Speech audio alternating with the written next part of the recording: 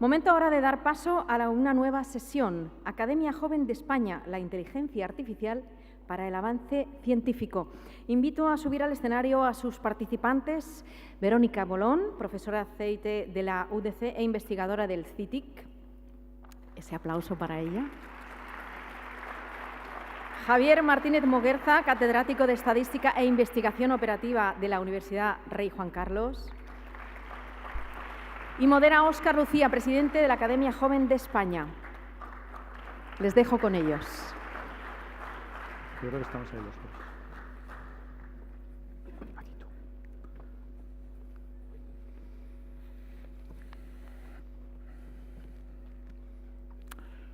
Muy buenas tardes a todas y todos. Es un placer estar aquí como presidente de la Academia Joven de España y bienvenidos a todas y todos a esta mesa redonda que vamos a dedicar a investigación artificial y ciencia. La Academia Joven de España se creó en 2019 por acuerdo de Consejo de Ministros como una corporación de derecho público y tenemos como principal función apoyar y visibilizar a nuestros jóvenes científicos. Ahora mismo, en la actualidad, está formada por 50 de los investigadores más relevantes en todas las ramas del saber, 25 hombres y 25 mujeres, y hoy tenemos el placer de contar entre nosotros con dos de nuestros académicos, Verónica Bolón y Javier Martínez Moguerza. Vamos a comenzar con Verónica. Verónica es profesora en la Universidad de La Coruña, donde trabaja en algoritmos verdes, dirige además una cátedra en inteligencia artificial y además creo que voy a dar la primicia porque seguramente es el primer acto público. La semana pasada recibió o se anunció que va a recibir el Premio Nacional de Investigación por su investigación en inteligencia artificial sostenible. Así que enhorabuena. Gracias.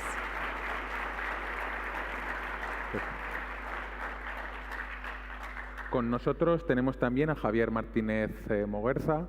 Es licenciado en Ciencias Matemáticas por la Universidad Complutense de Madrid y en la actualidad catedrático en la Universidad Rey Juan Carlos, director también de una cátedra en Inteligencia Artificial y desde este mismo año es académico correspondiente también de la Academia Joven de España. Bienvenido, Javier. Muchas gracias.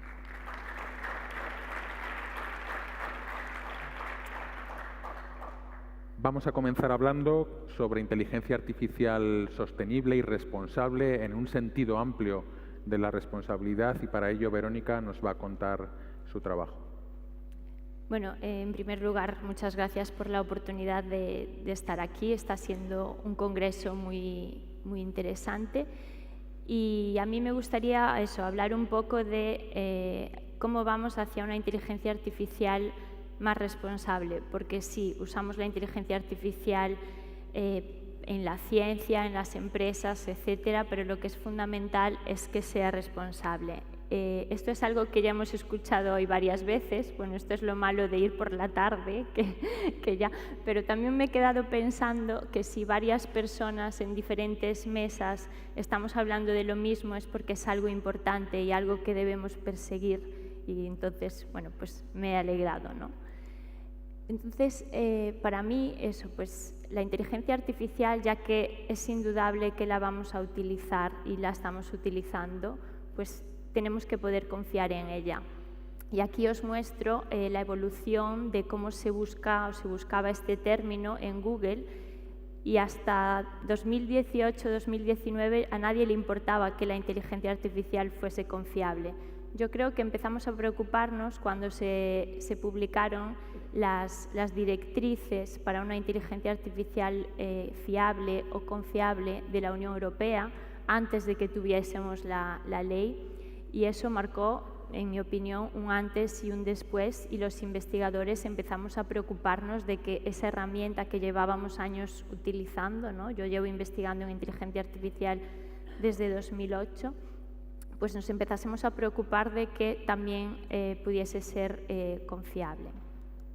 Y para mí, mi visión de esta inteligencia artificial en la que podemos confiar tiene 4 niveles, empezando de lo más pequeño a lo más amplio. Entonces, para mí, bajo mi punto de vista, lo primero que tenemos que estudiar es la fiabilidad del propio algoritmo. Si vamos a usar un algoritmo de inteligencia artificial, necesitamos que sea robusto con respecto a errores. Después, subimos, digamos, un escalón más. Entonces, hay que estudiar la relación entre un algoritmo de inteligencia artificial y las personas que lo utilizamos. Y es por eso que se habla mucho de la transparencia de los algoritmos, de su explicabilidad, ¿no? Del derecho que tenemos a entender cómo funcionan. Si seguimos subiendo un nivel, estamos en sociedad. Entonces, tenemos que hacer que la inteligencia artificial sea capaz de respetar los derechos que tenemos las personas. Y por eso esta parte ética de la IA debe ser y tiene que ser muy importante. Y estos 3 niveles, se ha hablado mucho de ellos, pero no ha sido hasta hace relativamente poco que nos empezamos a preocupar de un nivel superior, que es la relación de los algoritmos con el medio ambiente, de la sostenibilidad de la inteligencia artificial, porque eso es algo que alguna gente no es consciente. Hoy aquí ya se ha mencionado varias veces, lo cual me hace feliz. Y la inteligencia artificial, aunque puede ser buena para resolver problemas relacionados con el cambio climático, sostenibilidad, etcétera, a su vez es parte del problema porque tenemos algoritmos que consumen mucha energía. Entonces, es un aspecto que también debemos cuidar. Y ahora voy a poner algún ejemplo de estas 4 propiedades que, bajo mi punto de vista, la IA debe cumplir para ser confiable. Hay muchas más, pero para mí estas son las más importantes. Y lo primero que os decía hablaba de la robustez, ¿no? O sea, el propio algoritmo tiene que ser robusto. Necesitamos algoritmos que sean seguros, fiables y robustos con respecto a errores o ataques, ¿no? Y os pongo estas imágenes que habían sido muy famosas, que son imágenes de tortugas. Bueno, supongo que todos vosotros veis tortugas, igual que yo, pero a las que le han inyectado un pequeño ruido imperceptible al ojo humano, pero que hacía que el software de reconocimiento de imágenes de Google detectase la mayoría de estas imágenes como rifles. Entonces, esto así no pasa nada, pero ya que utilizamos sistemas de inteligencia artificial para reconocer imágenes en entornos más delicados, pues tenemos que estar atentos a lo contrario, ¿no? Que si hay un sistema para el reconocimiento de imágenes en un aeropuerto, pues que no pase lo contrario, que una pistola sea reconocida como un secador de pelo o algo así, ¿no? Y bueno, hay toda una línea de investigación, aprendizaje adversario, un poco para prepararnos para este escenario. Lo segundo de lo que os hablaba es la transparencia. Necesitamos entender lo que hacen los algoritmos, cómo toman sus decisiones, en base a qué variables. Esto a veces es imposible porque, como sabéis, el paradigma que hoy en día domina la inteligencia artificial son las redes de neuronas artificiales, las profundas. Entonces es imposible entender, pero se puede trabajar en obtener explicaciones a posteriori, métodos más explicables, etcétera, y creo que debemos seguir investigando en ello. Y después, un poco relacionado con la ética, y de esto también se ha hablado hoy, está el sesgo algorítmico, que es estos tratamientos injustos o perjudiciales a las personas relacionado con aspectos en los que se puede discriminar, como sexo, raza, etcétera, cuando se manifiesta en sistemas algorítmicos o sistemas de decisión apoyados en algoritmos. Y el gran problema es que, como se ve en esa imagen, no podemos solucionar el sesgo que tienen los algoritmos hasta que solucionemos el sesgo que tenemos las personas, que somos las que alimentamos con nuestros datos a los algoritmos. En cuanto a ética, me gustó mucho cuando hace un par de años vi esta declaración, ¿no?, que dice, cuando todavía no había la ley, el AI Act decía, o sea, los medicamentos tienen que pasar por una regulación y estamos utilizando sistemas de inteligencia artificial que no pasan ningún control, y esto no puede ser. O sea, no puede ser que haya gente pidiéndole dietas a ChatGPT para adelgazar, la gente se lo crea y nada esté controlado, ¿no? Afortunadamente, ahora ya tenemos la ley europea que, bueno, esperemos que nos proteja un poquito. Bueno, aquí está la ley, pero no me voy a enrollar. Como sabéis, tiene unos niveles de riesgo y habrá que controlar más las aplicaciones más peligrosas. Y ya por último, por dar unas pinceladas de la IA sostenible, no sabemos exactamente, por ejemplo, la energía que consume ChatGPT, pero sí que hay un estudio que estima que GPT-3 en su entrenamiento consume tanta energía como 126 hogares daneses en un año. O sea, son cantidades que no se pueden tomar a la ligera y necesitamos regulación también para esto, ¿vale? No podemos permitir que el medio ambiente, que es un bien que es de todos, pues sea consumido de esta forma indiscriminadamente y a veces no para descubrir enfermedades, sino para entretenernos, ¿no? Y nada más, que ya me estaba pasando de tiempo.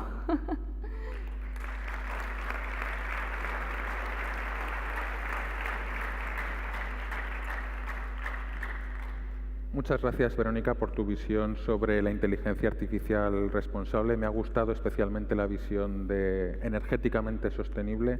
Como ingeniero electrónico de potencia, investigo en los sistemas que permiten alimentar de forma eficiente GPUs y el resto de sistemas asociados a inteligencia artificial, y es un reto tecnológico brutal, así que es imprescindible y necesario trabajar en eficiencia energética, y luego volveremos con ello.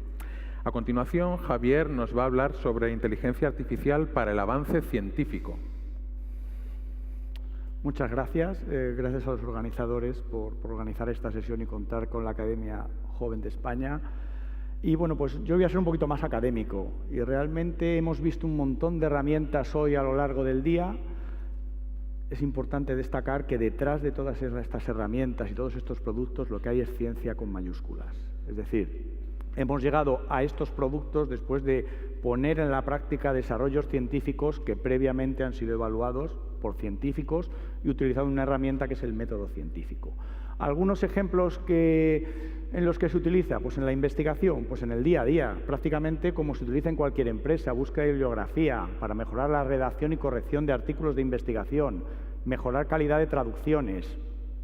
Descubrimientos como el desarrollo de nuevos fármacos. Ha hablado Javier García Martínez en su presentación sobre la capacidad para generar casi infinitas combinaciones de elementos químicos, compuestos químicos, susceptibles de ser analizados y convertidos en fármacos.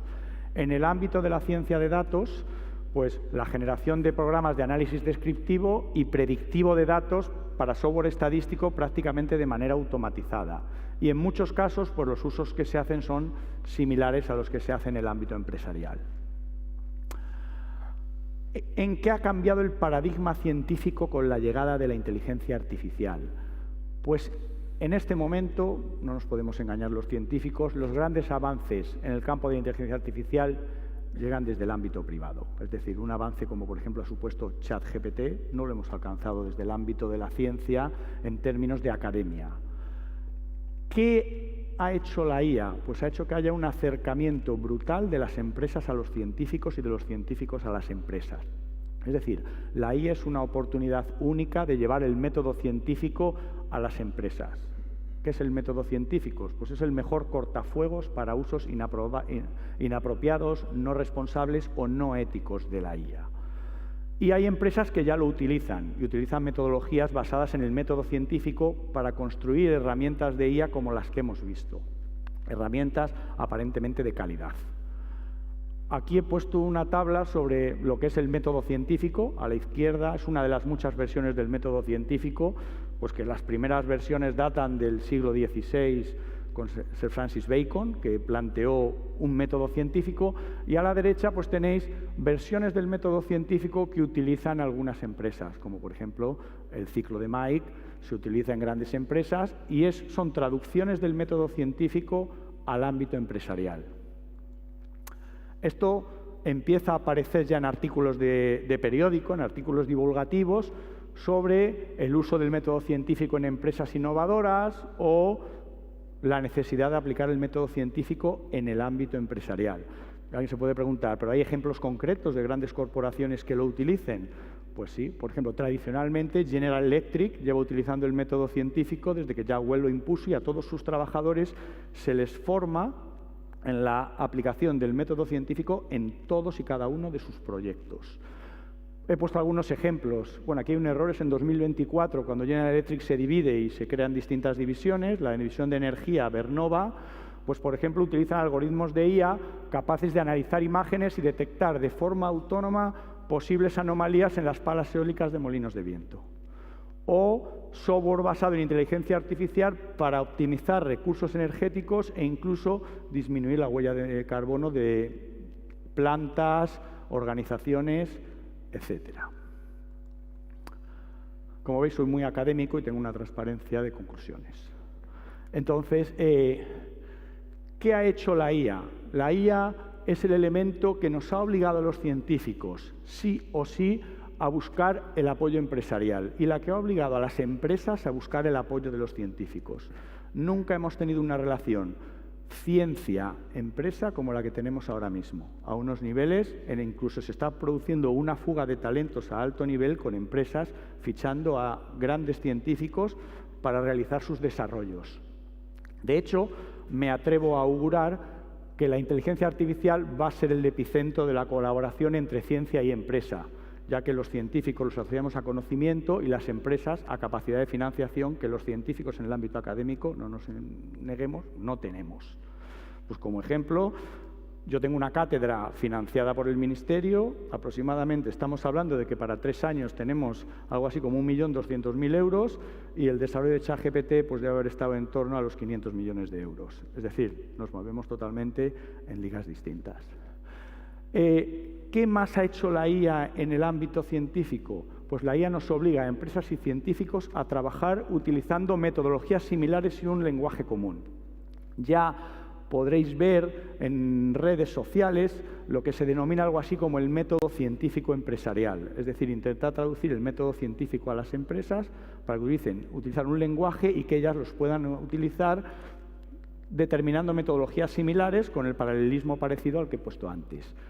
Y finalmente, pues dejo abiertas algunas preguntas que yo, si tuviera una empresa y un departamento de ciencia de datos, pues les haría a mis científicos de datos que están en la empresa. Una pregunta muy sencilla. ¿Conoces el método científico? ¿Lo sigues o haces algo similar sin saltarte etapas? Nosotros en la formación que damos incluimos el método científico como parte de la formación de los científicos de datos. Y a los científicos, también hay preguntas para los científicos, les preguntaría, ¿crees que la ciencia puede avanzar sin la inteligencia artificial y sin el apoyo empresarial para realizar desarrollos basados en IA? Y bueno, pues ahí lo dejo. Y hasta aquí, pues todo lo que os quería contar de cómo la inteligencia artificial ha cambiado el paradigma científico y yo diría que el orden mundial de ciencia. Muchas gracias.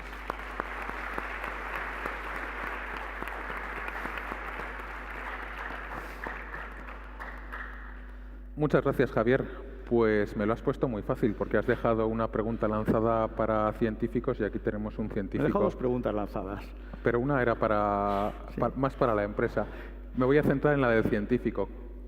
¿Cómo crees que va a avanzar la ciencia y si puede avanzar sin inteligencia artificial? Yo tengo muy claro que la respuesta es no se puede avanzar sin la colaboración con el entorno empresarial y el ámbito empresarial. Es imposible. Es decir, como he dicho, nos estamos moviendo en órdenes de magnitud distintos. Los científicos tenemos el conocimiento, pero no el músculo financiero para realizar desarrollos, y las empresas tienen el músculo financiero.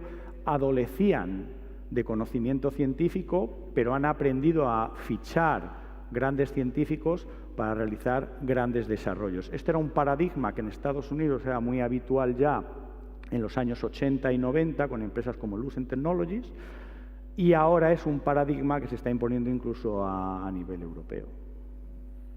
Y es un modelo, de hecho, que en otros ámbitos como el de los semiconductores se lleva dando muchos años, donde la tecnología está en la empresa y el conocimiento está en otros ámbitos. Muy bien, muy interesante. Vamos a volver a inteligencia artificial y sostenibilidad. Has recibido el Premio Nacional por tu investigación en algoritmos verdes. Cuéntanos un poquito más en qué consiste esto.